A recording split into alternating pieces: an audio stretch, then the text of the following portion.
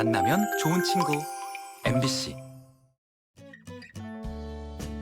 박미가 씨, 지금 이렇게 쫙 보이는 여기가 어딘지 알아요? 그때 저기 뭐 우리 왔던 데 갔다는데 비싸죠?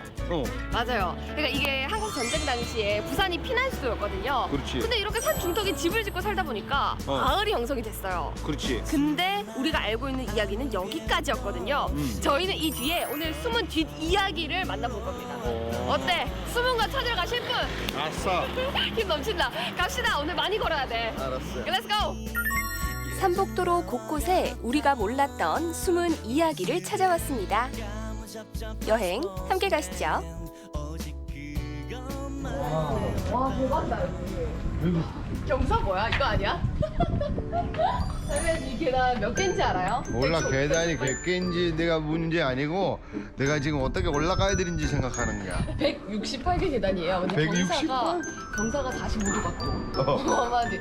이거 하늘로 가는 것 같던데? 사람 하늘에서 내려온다 하늘 계단이야. 하늘에서 내려오는 것 같아 지금 아니 옛날에 우리 부두 노동자들이 어. 일을 가기 위해서 가장 빠른 길이 이 길이었대요. 아, 진짜? 그러니까 이 계단을 타야지 가장 빨리 갈 수 있는 거고. 안녕하세요. 하늘에서 내려오는 게요? 맞아요. 하나, 둘, 셋, 넷, 다섯, 여섯, 일곱, 여덟, 내가 하늘에 아홉, 지금 가까이 열, 지르는 것 같아. 열하나, 열둘, 열셋. 괜찮아? 괜찮아 괜찮아 담배야지. 아니 웬 동물이 걸어가고 있어 그냥. 근데 계단이 되게 아기자기하고 되게 예쁘다. 그죠? 얘들아 빨리 빨리 뭐야? 저 뭐야? 다 올라온다 이거 뭐야? 올라온다 이래도 올라갈 수 있네 아, 나 몰랐네. 고지가 눈앞에 보인다. 끝이 눈앞에 보인다. 110, 왔다 128. 왔다 우와 너무 좋다. 그 비싸는 거 아니야? 와 옛날 사람 지금 뭐 엄청 대단하다고 지금 생각하는 게 안 하는 거야 아, 진짜 완전 생각하지. 그러니까 아무것도 없지 그냥 들어오는 것도 되게 힘드는데 옛날 사람 지금 무거운 것도 들고 들어왔다니까 그러니까요. 아, 근데 너무 신기한 거는 물 떠다가 오는 건 어떻게 하는겨? 야, 근데 진짜 이렇게까지 신기한 건 지금 여기가 너무나도 높다고 생각을 하시겠지만 여기 위에 또 길이 있고 또 집이 있어요. 이게 바로 삼복도로인 거죠. 와, 우체통 있다. 이거 저 뭐야? 비현지다 비현지다 행복. 사랑하는 것은 사랑을 받는 이보다 행복하나니라. 오늘도 나는 너에게 편지를 쓰나니 그리운이여. 그러면 안녕. 단미가 씨는 사랑하는 게 행복해요? 사랑받는 게 행복해요? 내가는 받는 게 행복 그쵸. 정말 받는 게 행복해. 그래서 우리 이런 시를 못 써. 이렇게 이기적이라서 우리 시를 못 써. 유치원 이 선생님께서 여기 경남여고의 교장 선생님이셨대요. 근데 이제 그때 당시에도 예술이랑 문학 정신을 기리기 위해서 이 우체통을 세운 거예요. 이렇게 재미난 이야기들로 넘쳐나는 초량 이바구기를 넘어 과거로 거슬러 올라갔는데요. 이번에는 어떤 삶들이 펼쳐질까요? 씨, 우리 이 아파트에 왜 온지 알아요? 옛날 건물로 보이는데 아, 맞아. 정답이지. 아 진짜? 이 오래된 아파트와 그에 얽힌 이야기를 해주실 분이 있다 해가지고 여기가 온 건데 여기가 이제 힌트를 좀 주자면 삼복도로를 기억하는 미술관이라고 해요. 아 미술관 특별한 공간이지. 우와. 예, 안녕하세요 이런 공간이 있다고요? 제가 20대 때 부산에 처음 와서 살았던 부모님하고 살았던 집이에요.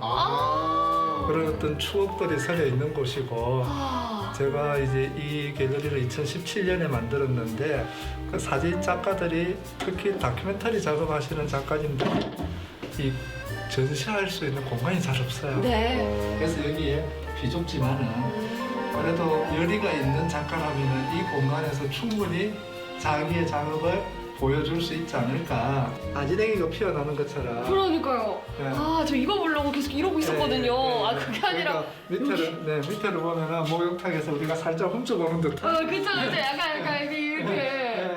아, 재밌네요. 네.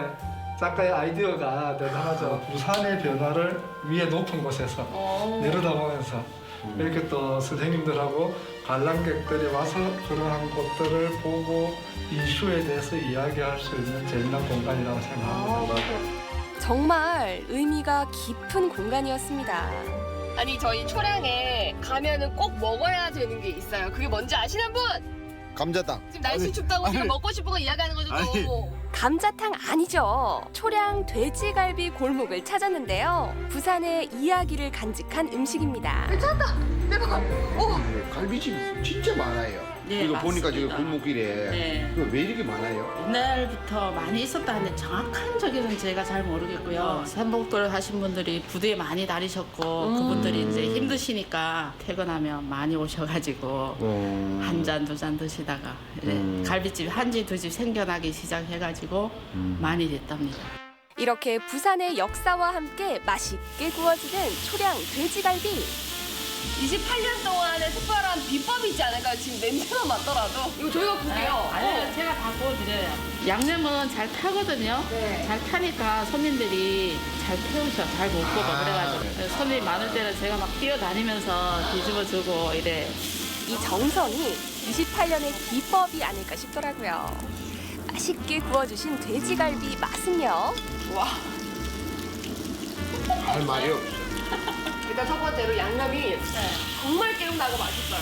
정말 도톰하거든요. 그래서 다른 고기보다 두툼한 것이 입에 딱 들어왔을 때 뭔가 와구와구 먹을 수 있어 너무 좋고 먹을 거.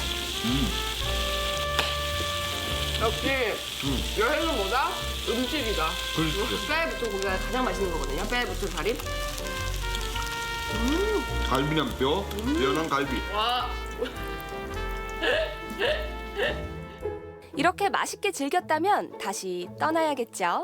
굽이굽이 이어지는 이 삼복도로에서 부산의 역사와 마주했습니다. 아니 저희가 오늘 삼복도로 여행하고 있는데 이 아미 비석 문화마을 빼놓을 수가 없더라고요. 이쪽에 돌아보시면 지금 한 8개 정도가 박물관을 만들어놨어요. 당시 피난민들의 시대상을 그대로 보여주는 곳이었는데요. 우리 당시 쓰던 학생들이 쓰던 것도 구해놨죠. 어머 우리 아가 이리 오너라 순이야 바둑이 달려라 너무 귀엽다.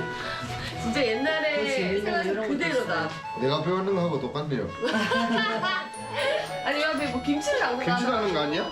여러분 옛날에 여기 김치 담그셨습니까? 여기 김치 담근대요. 그래. 음악이라고 김치 안 담그고. 아 김치 먹고 남에 담는 거지. 아 이제 이상하게 얘기하죠. 공정장에서 공정장. 회사 공대공장. 뭐예요? 많이 하죠. 옷이 이렇게 구겨진 거를 이렇게 아 다리미를 샀다 그 그렇죠, 말이에요? 그렇죠. 그렇죠.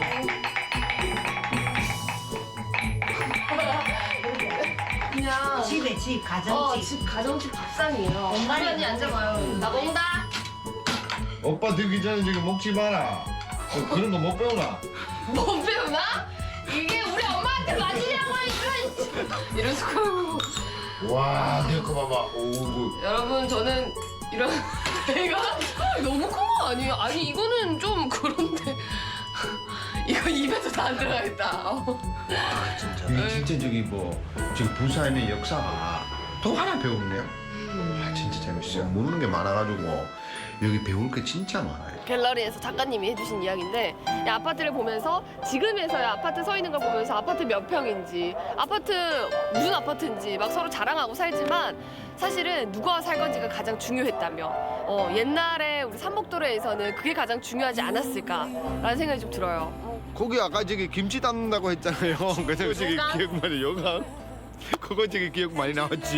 이렇게 또 하나의 문화를 배우는구나. 그러니까 그다음에 우리는 지금 뭐 요새인 애들은 그런 거 모르잖아요. 담배아 씨 집에 요강 없어요? 없어. 요강 유행인데 없어. 집에 하나 놔드려? 아니 없어 필요 없어. 자 이렇게 문화와 역사가 가득한 이곳 놀러와 부산의 과거와 현재를 잇는 삼복도로 여행. 여러분도 떠나보세요.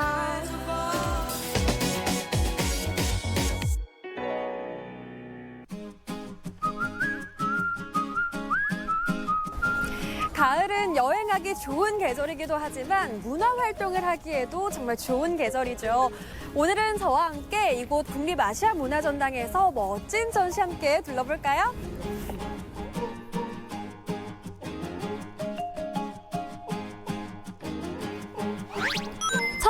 찾은 곳은 국제회의실 로비.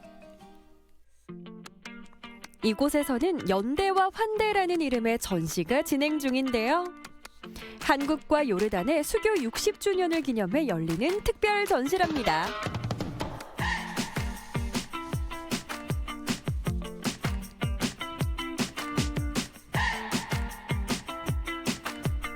언뜻 보기에는 단순한 하나의 작품으로 보이지만 한국과 요르단 작가가 함께 만든 작품들이라는데요.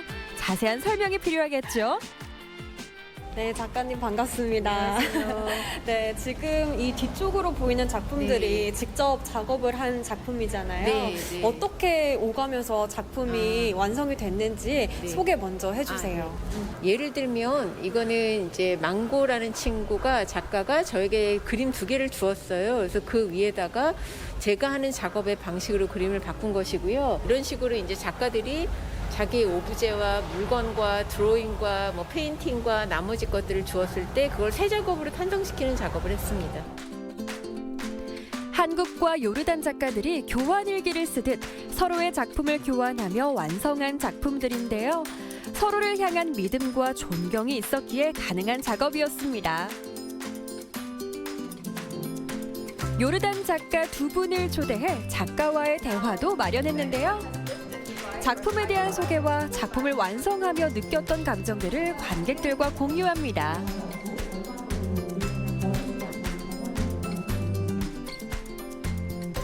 네, 한국에 이렇게 처음 와서 전시를 또 하는 기분은 다를 것 같거든요. 이렇게 전시관에 열심히 작품한 작품이 전시된 거 보고 나니까 기분이 또 어떠세요? It's definitely an honor to have my work in this exhibition. The artists and curators have worked very hard since the pandemic to create this bridge, and to see it travel from Jordan to here is a very special moment. And this is a work that I feel is very universal. It has multiple languages and ways of reading it, so it's always exciting to see a new audience understand and see the work. 오랫동안 양국의 작가들과 ACC 관계자들이 준비한 전시 기대하셔도 좋습니다. 이번엔 밖으로 나가봤는데요. 상상마당, 미디어월, 하늘마당 등 국립아시아문화전당 야외 곳곳에서 만날 수 있는 작품들.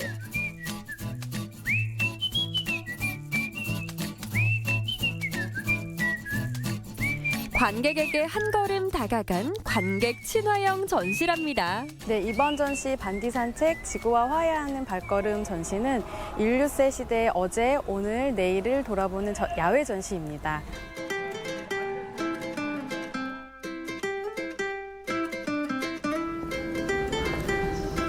와, 이렇게 선선한 날씨에 산책하면서 작품들을 감상하니까 너무 좋은 것 같아요. 걷다 보니까 저쪽에도 신기한 작품이 있는 것 같거든요. 함께 보러 가볼까요?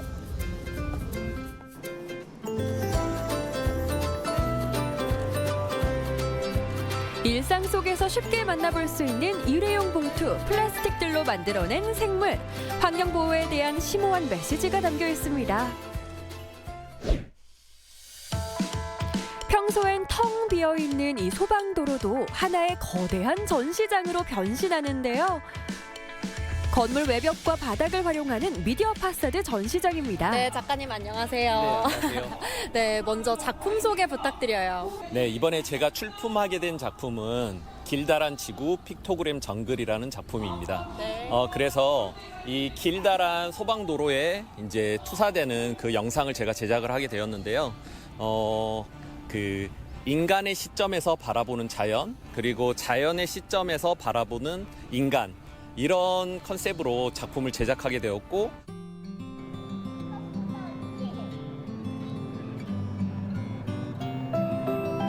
원래는 이제 전당 내부에서 이제 전시들이 이루어지잖아요. 근데 이번 전시는 특별하게 외부에서 이렇게 설치가 돼서 조금 더 많은 시민들이랑 만나게 되는 것 같아요. 그런 전시인 것 같습니다.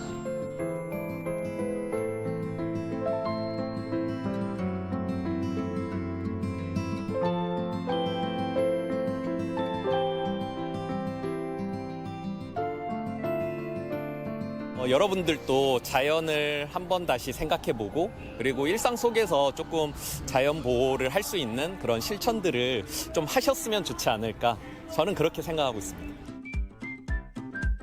산책하듯 천천히 둘러보되 머리로 한 번, 마음으로 한 번 곱씹으며 감상해야 하는 작품들입니다.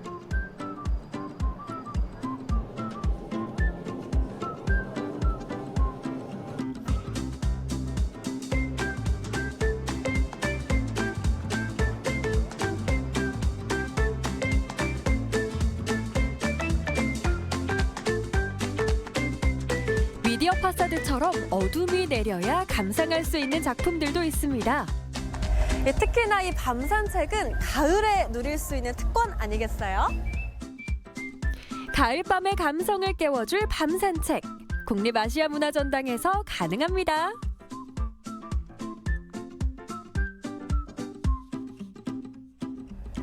와, 이 고양이를 제가 낮에도 봤는데 밤에 보니까 더 멋있어진 것 같아요. 밤에도 꼭 와보셔야 될 것 같습니다.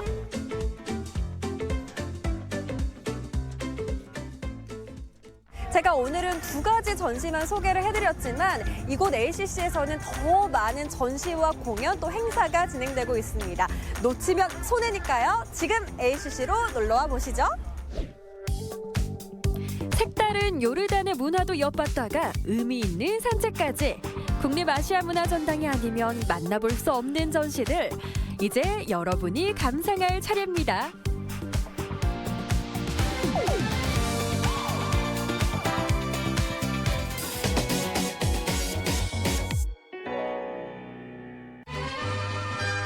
지금으로부터 120년 전 미국에서 온 선교사가 심은 한 그루의 나무를 시작으로 한때 사과의 고장이라 불렸던 대구. 능금고 향기로운 내 고향 땅은 하지만 수십 년 전부터 기후변화로 대구 능금은 역사 속으로 사라지고 주요 작물 재배 지역도 달라지는 가운데 이제 대구에서도 아열대 작물인 감귤이 나기 시작했습니다. 이렇게 하는데 대구 와서 감귤 보니까 신기해요. 대구는 일조량이 좋고 비가 적어서 아열대 작물 키우기에 좋은 것 같습니다. 급변하는 기후변화 속에서 이제 대구 감귤이 나는 시대. 달라지는 작물 재배 지도를 통해 국내 아열대 작물의 미래를 생각해 봅니다.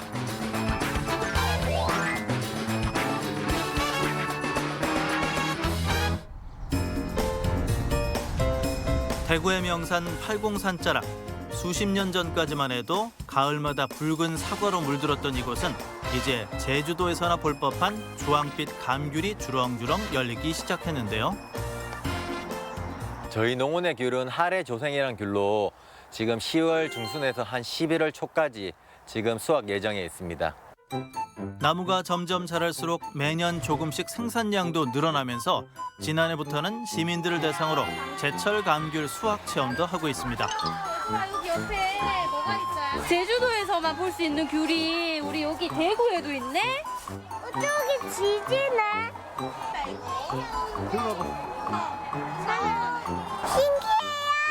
대구에서 귤을 보니까 되게 신기하고 제주도에서 볼 수 있었던 거를 대구에서 가까이서 보니까 좋은 것 같습니다. 우리 귤을 딸 건데 귤은 이렇게 꼭지만 자르면 되거든. 이렇게 힘줄 수 있겠어요? 네. 어이구 잘 따네.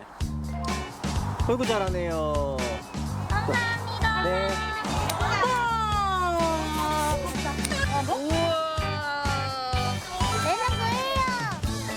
귤 따니까 재밌어요. 원래 산딸기랑 체리를 하다가 2020년부터 이제 대구 자체가 이제 온난화로 변하다 보니까 저희가 대구시와 대구기술센터와 함께 같이 작목을 연구하다가 귤이란 작목을 하면 괜찮을 것 같아서 저희들이 2020년부터 귤이란 작목을 심어서 지금까지 해오고 있습니다. 처음에는 저희가 귤에 대해서 잘 모르다 보니까 많이 힘들었죠. 그래서 제주도랑 선도농가 이런 데를 많이 찾아다니면서 많이 배웠습니다. 본격 재배를 시작한 지 2년째. 내후년엔 약 20톤까지 수확이 기대된다는데요. 이곳 외에도 대구에서의 감귤 재배는 점점 저변을 넓혀가고 있습니다. 대구 하면 사과였는데 기후가 온난화되면서 아열대 기후로 바뀌면서 저희가 2018년부터 감귤 재배 두 농가를 시작을 했습니다.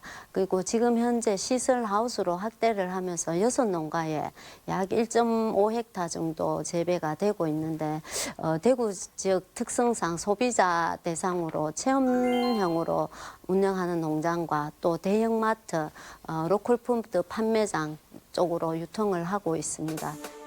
이렇게 대구의 감귤뿐 아니라 주요 농작물의 재배 지역이 계속 북상하면서 국내 재배 지도는 매년 변화하고 있습니다. 일조량이 많고 일교차가 커야 잘 자라는 사과 재배지는 대구에서 강원도로 북상.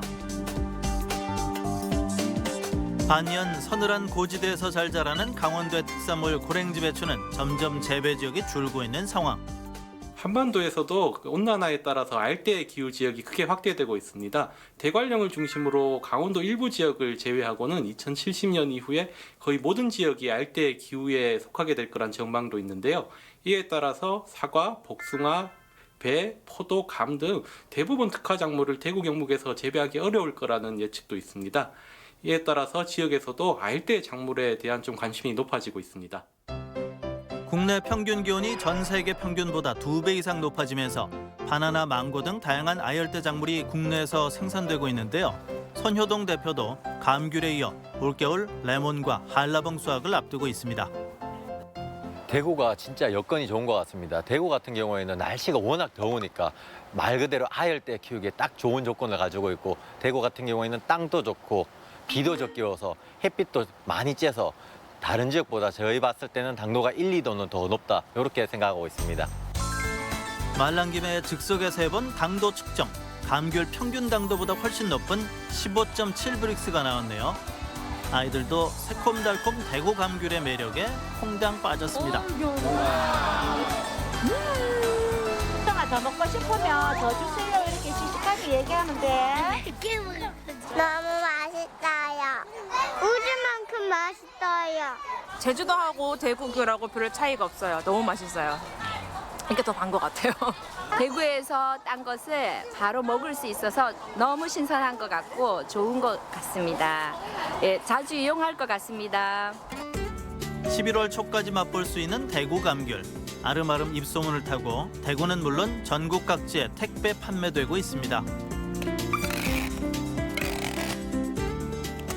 저희들이 지금 대구 최초로 무농약 귤 농사 짓고 있는데, 그렇다 보니까 인기가 많아져서 인터넷 판매라든지 체험이라든지 직접 사러 오시는 고객들이 많아서 그렇게 진행되고 있습니다. 대구 경북에서 알대 작물을 좀 확대하기 위해서는 다양한 방안들을 좀 추진할 필요가 있습니다. 특히 판로 확대가 중요할 것 같은데요. 알대 작물은 아직 안정적인 판로가 좀 마련되어 있지 않고 시장 자체도 좀 작습니다. 그래서 직거래 택배비 지원이라든지 학교 급식과 같은 대량 수요처 발굴, 라이브 커머스와 같은 새로운 유통망을 확대한다든지 마케팅비를 지원한다든지 좀 직거래를 확대하고 새로운 시장을 창출할 수 있는 그런 방안들을 추진할 필요가 있을 것 같습니다. 지구온난화로 인해 확대되고 있는 국내 아열대 작물 재배지. 미래 한반도의 작물 재배 지도는 과연 어떻게 달라질까요? 기후변화가 좀 장기화되고 이렇게 재배 적지라든지 농업에 미치는 그런 환경들이 변화하면 여러 가지 작목들의 생산이 감소하고 하면서 식량 안보의 위기까지 좀 처해질 수 있습니다. 그래서 이에 대한 대응을 미리 할 필요가 있을 것 같은데요. 기존 작물들의 품종을 개량하고 새로운 생산 기술을 개발하면서 기후에 적응하는 한편 좀 아열대 작물과 같은 새로운 작물을 어떻게 도입할 건가 좀 깊은 고민이 필요할 것 같습니다. 기후 위기가 현실화되고 지역 농업 환경도 변화되면서 아열대 작물에 대한 관심이 높아지고 있는데요. 넓어지는 재배 지역만큼 이를 뒷받침할 작물 연구와 유통 등 종합적 고민이 필요한 시점입니다. 영롱한 빛깔이 언뜻 보면 자개를 떠올리게 하는데요. 매혹적인 금빛이 각도에 따라 다채로운 빛깔로 빛나는 맥간공예입니다. 맥간공예는요, 보리대라는 뜻이고요. 그 보리대를 이용해서 만드는 공예입니다. 밀집이나 보리지폐 줄기로 생활용품을 만들면서 시작된 우리나라 전통 공예. 이 맥간공예가 이제 하나의 예술 작품으로 각광받고 있는데요. 보리대가 빚어낸 빛과 결의 아름다움을 만나봅니다.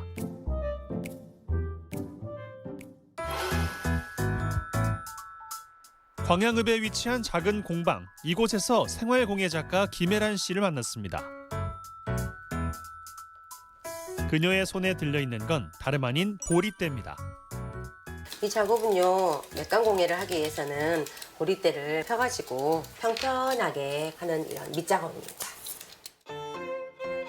6월에 수확한 보리대는 끓는 물에 2시간 정도를 삶아 주어야 하는데요. 이렇게 해야 보리대에서 진물은 빼고 질기게 만들어 공예를 수월하게 하죠. 잘 말리는 작업도 중요한데요. 주로 건조한 겨울에 이루어집니다. 맥간공예의 아름다움은 보리대의 광택에서 나오는데요. 금빛 광택을 위해 잘 말려놓은 보리대를 수십, 수백 번을 골고루 밀어서 펴줍니다.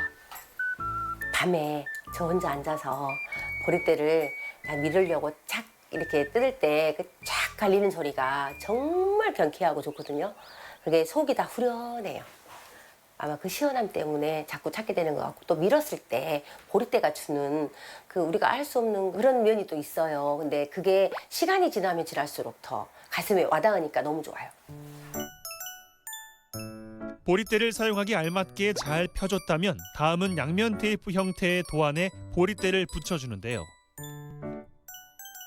여기서 주의할 점은 보리대의 결을 잘 살려주는 겁니다. 그래야만 작품의 명암과 입체감을 제대로 표현할 수 있죠. 목판에도 도안을 그린 종이를 대고 본을 뜨는데요. 섬세한 작업에 고도의 집중력은 필수입니다. 바탕색은 주로 빨강과 검정, 와인색을 많이 사용하는데요. 보리대가 이 접착지의 색깔에 스며들어 독특한 음영과 빛깔을 냅니다. 우리는 어렸을 때 이걸 불쏘시개로만 사용하고 살았는데, 이 보리대가 가공을 하고 말리면은 보는 각도에 따라서 정말 아름다운 빛을 내거든요.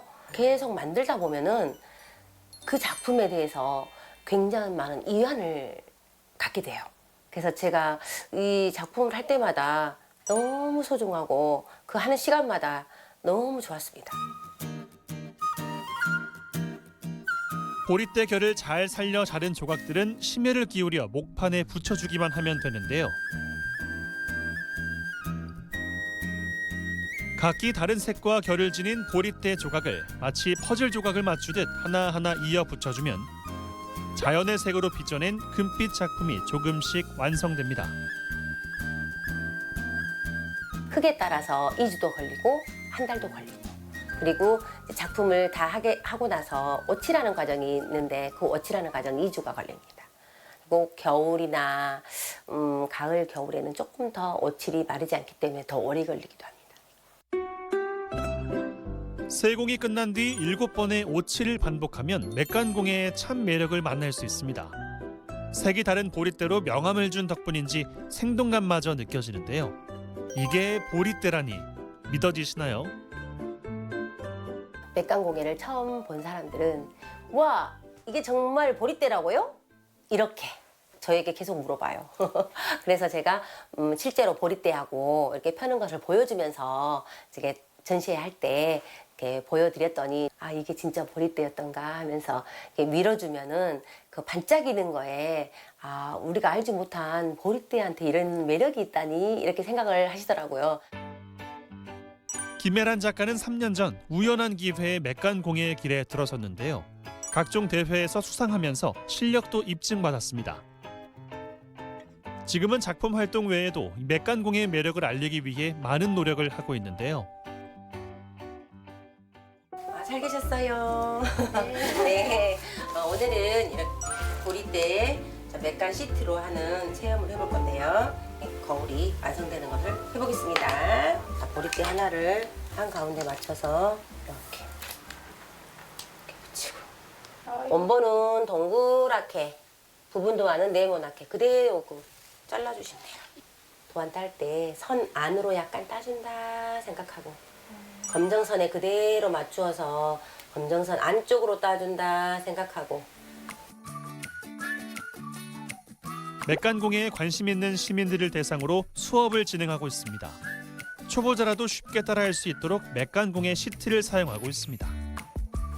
선생님 이거 어떻게 하면 잘할 수 있나요?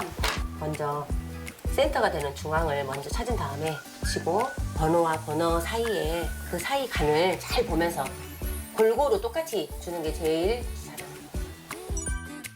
맥간공예의 매력은 뭘까요? 되게 신비롭고요. 빛에 따라서 이게 좀 색감이 좀 달라지는 게 너무 신기하기도 하고 아름답기도 하고 그래서 배우고 싶었습니다. 처음에는 봤을 때는 어렵게만 생각이 들었는데 막상 제가 해보니까 초보자들도 충분히 할 수 있을 거라는 생각이 듭니다. 맥간공예도 우리 일반 사람들도 편하게 언제든지 이렇게 접할 수 있는 그런 공예가 됐으면 좋겠고요. 더 나아가 보리대의 아름다움을 세계에 알려주고 싶습니다. 은은하면서도 화려한 금빛을 머금은 작품에선 신비로움까지 느껴지는데요. 자연을 닮은 빛과 결의 예술, 맥간공예가 앞으로 더 많은 사람들에게 사랑받기를 바랍니다.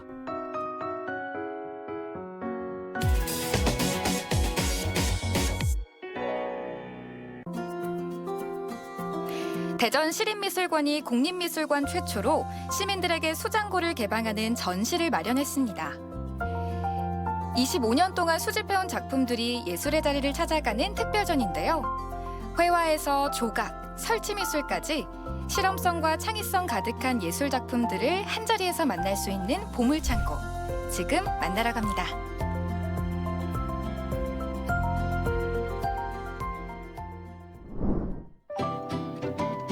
절정을 맞은 가을. 울긋불긋한 빛깔로 세상이 물들어가는 지금 대전 시립미술관에도 완연한 가을빛이 가득합니다. 단풍이 알록달록 물들면 무언가를 가만히 감상해보고 싶잖아요. 그래서 오늘은 대전 시립미술관에 왔는데요. 최근에 베일에 쌓여있던 수장고가 개방이 됐대요. 이 수장고는 귀중한 작품들을 보관하는 곳이잖아요. 오늘 어떤 작품들이 나와 있을지 너무 기대가 되는데요. 저랑 같이 수장고 탐방 떠나보실까요? 대전 시립미술관에 들어서면 조금은 색다른 유리 건물이 우리를 맞이합니다. 이번에 새롭게 개관한 열린 수장고인데요. 유리 건물 안으로 들어서면 지하에 마련된 전시실로 연결됩니다. 선생님 안녕하세요. 안녕하세요.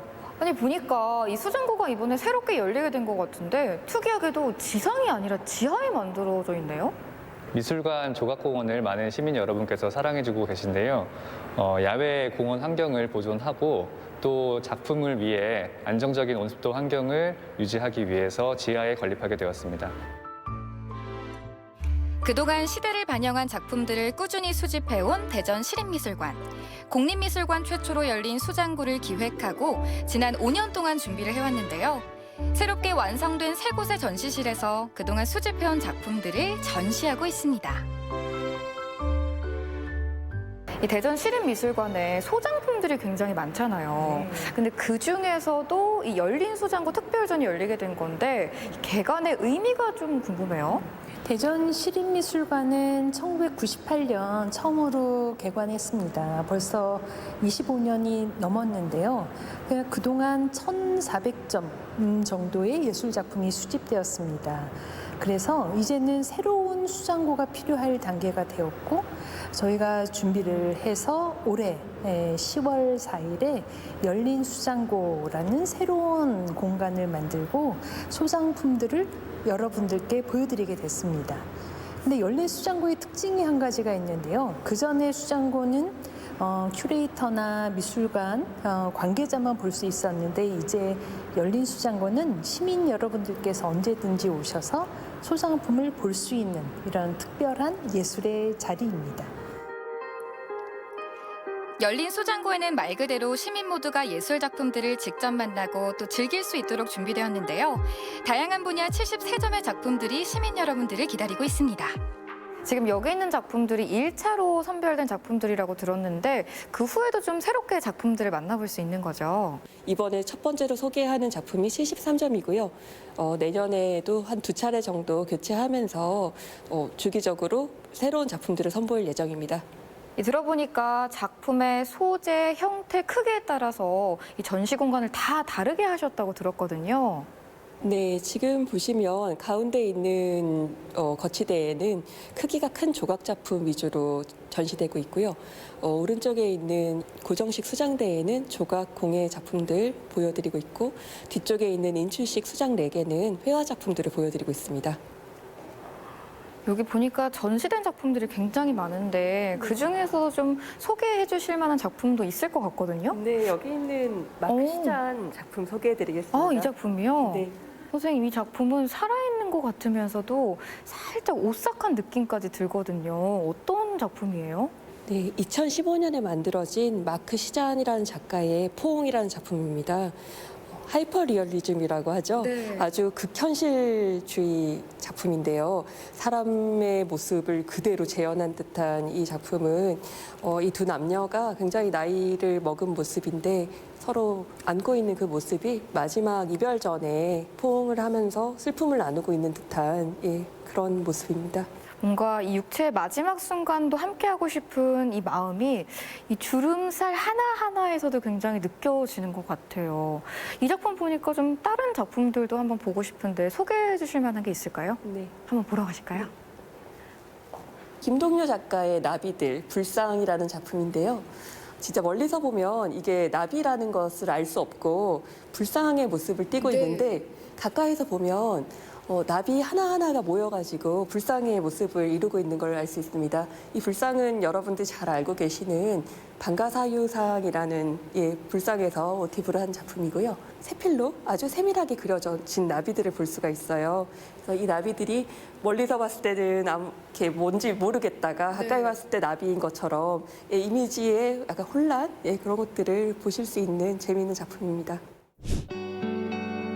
열린 소장고에서 만날 수 있는 작품들 중 가장 눈에 띄는 작품, 세계적인 아티스트 백남준 작가의 프랙탈 거북선인데요. 제작 당시 모습 그대로 복원됐다고 합니다.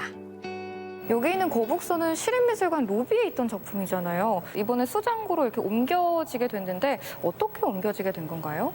네, 원래 이 백남준 프랙탈 거북선은 1993년 대전 엑스포를 기념하기 위해서 제작된 작품이고요. 2001년도에 미술관으로 옮겨지게 돼서 2002년도부터 2022년까지 약 20년 동안 미술관 로비 공간에서 전시가 되었습니다. 그런데 로비 공간이라는 것은 작품 보존에 적합한 공간이 아니기 때문에 저희가 열린 수장고 내에 전용 전시실을 마련해서 이전을 하게 되었습니다. 백남준 작가 탄생 90주년이자 대전 엑스포 개최 30주년을 맞아 복원된 프랙탈 거북선. 세계적인 아티스트인 백남준 작가의 대형 비디오 아트 작품을 다시 만날 수 있어 무척이나 반가웠습니다. 백남준 작가의 작품을 몇 개 또 보기는 했었는데 이 거북선이 93년도에 처음 만들어졌고 20년 만에 다시 복원을 하게 된 거잖아요. 이 복원의 의미도 굉장히 궁금해요. 원래 93년도에 제작이 되었을 때 하고 미술관은 로비 공간으로 이전을 하게 되었을 때 그 로비 공간의 한계로 인해서 작품 일부가 안타깝게도 축소 변형될 수밖에 없었습니다. 그리고 또 로비 공간은 자연 채광이 굉장히 밝아서 빛을 사용하는 이 작품을 제대로 구현하기에는 부족함이 있었습니다. 그래서 저희가 지난 수년간의 계획을 통해서 열린 수장고 내에 전용 전시실을 마련을 하고 이렇게 축소됐던 모습을 원래 원형의 모습으로 그대로 복원을 했고요. 그리고 작품 구현 또한 저조도와 저명도의 공간 조성을 통해서 원래의 의도에 맞게 작품을 감상할 수 있도록 구현하였습니다.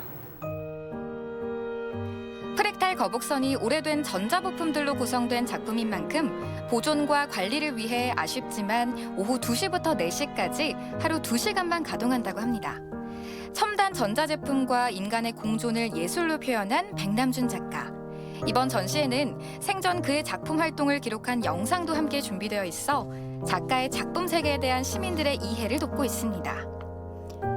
또 이번 전시를 시작으로 열린 소장고는 시민들과 예술 작품을 잇는 소통의 공간으로 사용될 예정이라고 합니다. 저희가 가지고 있는 작품들을 늘 수장고에서만 보관을 했었는데요. 열린 수장고에서 상설관처럼 저희 수장고에 보관해 있던 작품들을 꾸준히 교체하면서 보여드리는 시민들과의 소통 공간으로 사용할 예정입니다.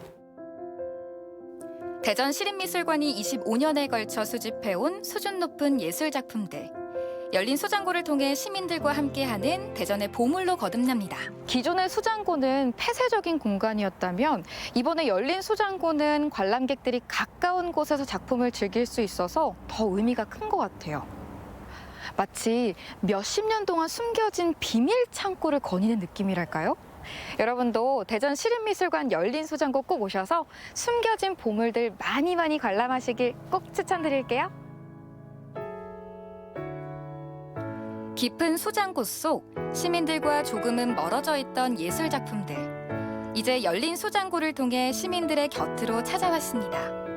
회화와 조각, 설치 미술까지 최고 수준의 작품들이 열린 수장고에서 시민 여러분을 기다리고 있습니다.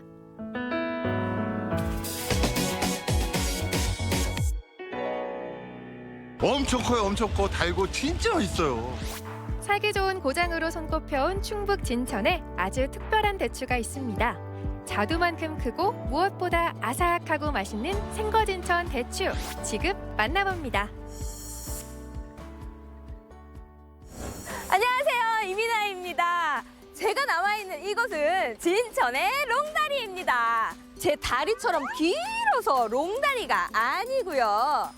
천년을 이어온 오랜 역사를 가진 농다리입니다. 그런데 이곳 진천에 농다리만큼이나 유명한 대추가 있다고 하는데요. 어떤 대추일까요? 바로 만나러 갑니다. 엄청나게 크고 새콤달콤 맛있는 진천 대추의 비밀을 만나봅니다. 안녕하세요, 농부님. 제가 진천 대추의 비밀을 찾으러 왔거든요. 그런데 이곳이 그 크고 맛있는 대추가 재배되는 곳 맞나요?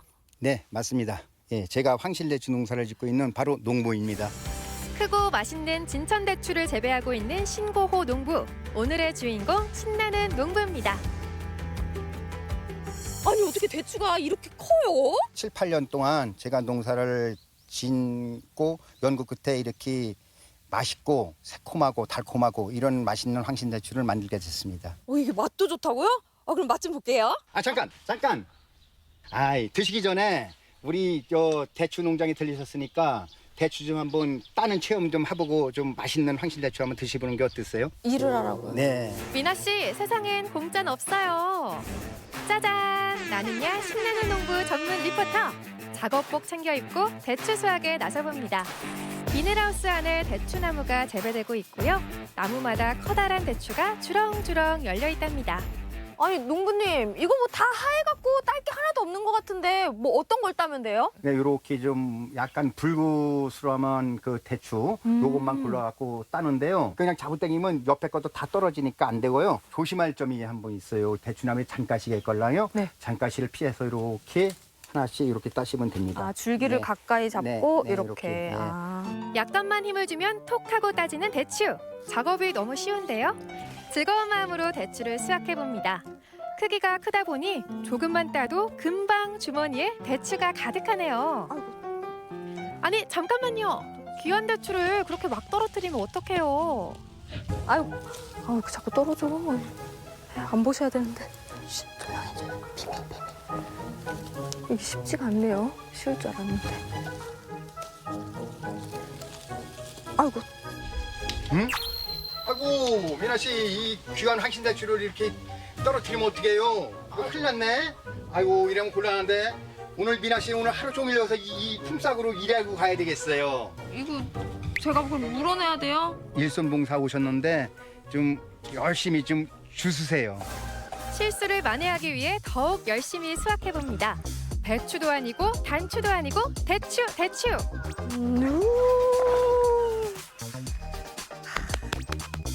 수확해놓은 대추를 보니 더 맛있어 보이네요.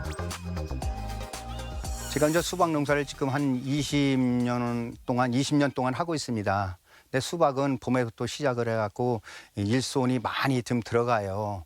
그래서 좀 대추로 전향하게 동기는 대추는 좀 일손 구하기가 좀 편하고 좀 농사 짓기가 좀 용이해서 이 대추로 농사를 바꾸게 됐습니다. 신고호 농부는 2016년부터 특별한 대추를 생산하기 위해 황실대추를 재배하게 됐는데요. 또한 30여 명의 진천군 농업인으로 구성된 황실대추 연구회를 조직해 품질 좋은 진천 대추를 생산하기 위한 공부와 노력을 아끼지 않았답니다. 우리 진천군에는 비옥한 토지에서 자란 황실대추라는 유명한 대추가 또 각광을 받고 있습니다. 그 이유는 우리 신거진천의 비옥한 토지에서 자란 황실대추가 그만큼 맛이 좋아서인데요. 지금은 많은 분들이 황실대추를 찾고 계십니다. 여기서 잠깐 크기 비교 들어갑니다. 100원짜리 동전과 500원짜리 동전, 일반 대추 옆에 둔 진천 대추. 와, 진짜 크죠? 먹어도 우리 황실대추는 질리지 않아요. 식감이 더 부드럽고 아삭아삭하고 새콤달콤합니다. 진짜 황실대추 맛있어요. 잠깐만요. 아이, 농부님, 대추 사랑이 그렇게 각별해도 그렇지. 이게 무슨 뭐 달고 맛있다 그래요. 딱 봐도 그냥 뭐 실 것 같은데. 이나 씨 한번 드셔보세요. 얼마나 맛있는지. 제가 또 인간 당도 측정기거든요. 한번 맛을 보겠습니다. 네, 드셔보세요. 아, 대추 그까이 거 뭐 대추. 그냥 대추 맛 아니냐고요? 어머! 완전 달아요. 38여 농가가 월 2회에 거쳐갖고 우리 세미나라고 또 나눔 기술 전수라고 할까요? 나눔을 서로가 이렇게 공유를 하면서 서로가 농사를 잘 짓는 걸로 알고 있습니다.